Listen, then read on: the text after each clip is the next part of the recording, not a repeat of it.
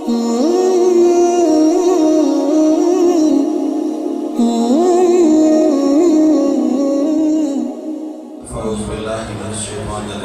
اللہ الرحمن الرحیم۔ بہت ہی عزت اور احترام کے لائق حضرات علماء کرام اور بڑی محبت اور شوق کے ساتھ اس مجلس میں بیٹھنے والے تمام سامعین اور اس جامعہ سے وابستہ اساتذہ اور طلباء کرام، السلام علیکم ورحمۃ اللہ وبرکاتہ۔ میں یہ دیکھ رہا تھا کہ بچے بھی شاید اختلاط کا شکار ہو گئے ہیں، اور ایک مولانا صاحب تقریر کر رہے تھے کسی مسجد میں، تو سارے لوگ آہستہ آہستہ کھسک رہے تھے۔ مولانا صاحب کو ادراک نہیں ہوا، مولانا صاحب شغلہ بیانی میں مزید اضافہ کر رہے ہیں، تقریر کیے جا رہے ہیں۔ تو اب ایک بندہ، اس کے گھر سے بچی آئی ہے اور وہ کہہ رہی ہے امی جان آپ کو بلا رہی ہے، ابا والد کو کہہ رہی ہے کہ گھر میں فلاں مصیبت پڑ گئی ہے۔ دوسری دفعہ جب تیسری دفعہ آئی، انہوں نے کہا کہ میرے گلے میں جو مصیبت پھنسی ہے اس سے جان چھوڑیں گی تو جہاں آگے آؤں گا، تو ایسا نہ ہو کہ وہ مصیبت میں ہم آپ کو ڈال دیں۔ عرض کرنے کا مقصد یہ تھا کہ جامعہ صدیقیہ ایک طویل عرصے سے میں بھی قاری صاحب کے ساتھ بھائی بندی اور دوستی کا ایک رشتہ ہے۔ جب سردار محمد یوسف صاحب وفاقی وزیر تھے تو قاری صاحب کو اپنے ساتھ علماء، چونکہ علماء اور مشائخ ہر ایک بندے پر اعتماد نہیں کرتے، اس لیے ہمارے پاکستان کی تو سب سے بڑی مصیبت مسالک کے اختلافات کی ہے۔ تو ایک مسلک کا بندہ ہے تو دوسرے مسلک والا نہیں مان رہا، دوسرے کا بندہ ہے تو وہ کہتے نہیں یہ اپنا بندہ نہیں ہے، کوئی اور ہے۔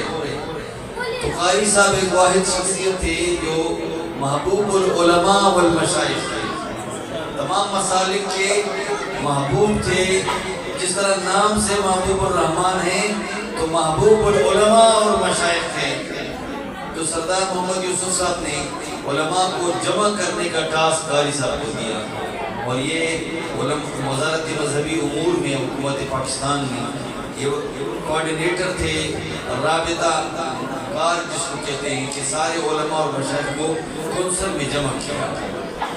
پھر جب اس کے بعد ڈاکٹر پیر محمد نور اللہ قادری صاحب منسٹر آئے، تحریک انصاف کا دور آیا، تو خوش قسمتی یا امتحان کے طور پہ اس کو میں بدقسمتی اس لیے نہیں کہوں کہ اللہ کے ناراضگی نہ ہو جائے، اللہ خوش قسمتی یا اس سے بڑھ کر امتحان کے طور پہ وزارت مذہبی امور میں پیر کے ساتھ میں ایڈوائزر تھا۔ تو ہم نے فیصلہ کیا وزارت مذہبی امور نے کہ یہ بندہ جس کو سارے علماء اور مشائخ چاہتے ہیں تو اس کو جیلیان رکھا جائے۔ تو ہم اندازہ دیکھیں کہ پاکستان مسلم لیگ کی حکومت میں بھی کوارڈینیٹر رہے اور تحریک انصاف کی حکومت میں بھی قاری محبوب الرحمن صاحب وزارت مذہبی امور کی کوارڈینیٹر رہے۔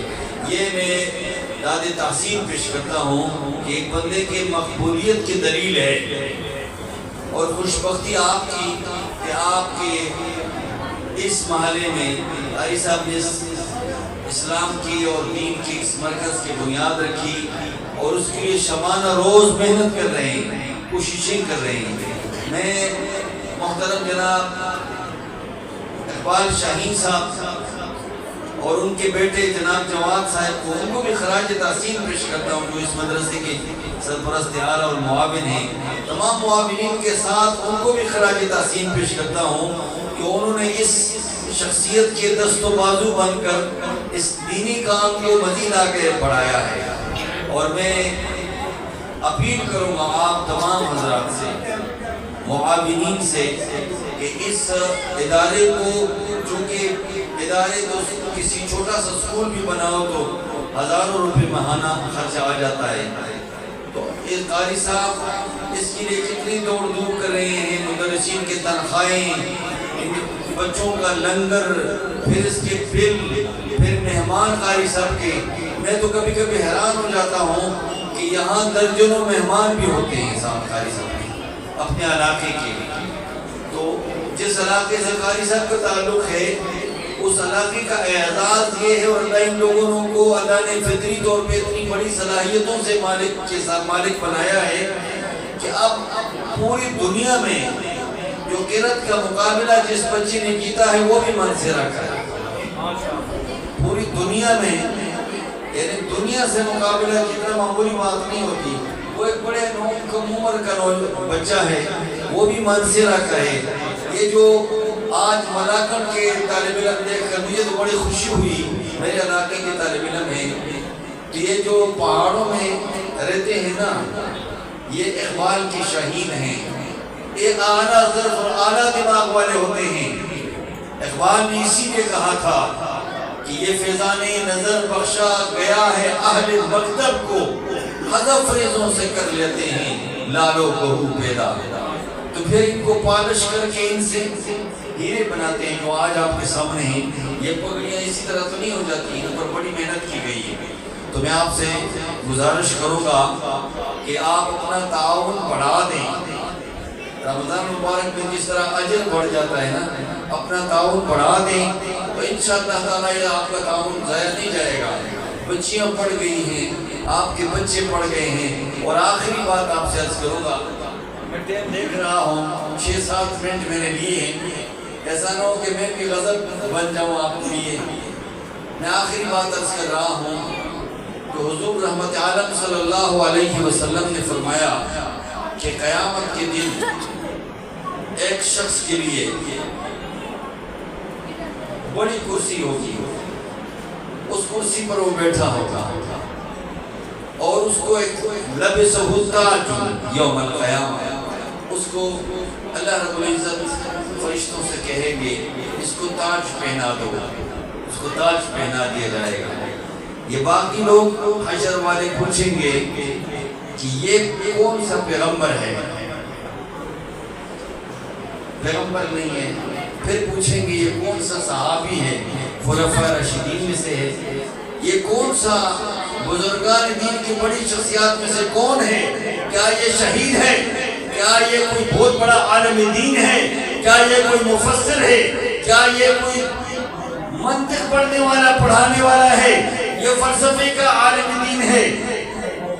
یہ شیخ الحدیث و تفسیر ہے؟ یہ کون ہے؟ یہ بہت بڑا کوئی شیخ لگتا ہے. کہا جائے گا فرشتے جواب دیں گے نہیں نہیں، آپ جو سوچتے ہیں ان میں ایک بھی نہیں ہے، یہ تو حافظ قرآن کا والد ہے، یہ تو حافظ قرآن کا والد ہے. آج رب کعبہ نے اپنے بندوں کے سامنے اس کی عزت اس طرح کر دی ہے کہ لوگ پوچھتے ہیں شاید یہ کوئی نبی ہوگا. پھر وہاں ہم سب ارمان کریں گے یا قاری محبوب الرحمان صاحب ہم سے تو بڑی غلطی ہو گئی، کاش میں بھی اپنے بچے کو حافظ قرآن بناتا.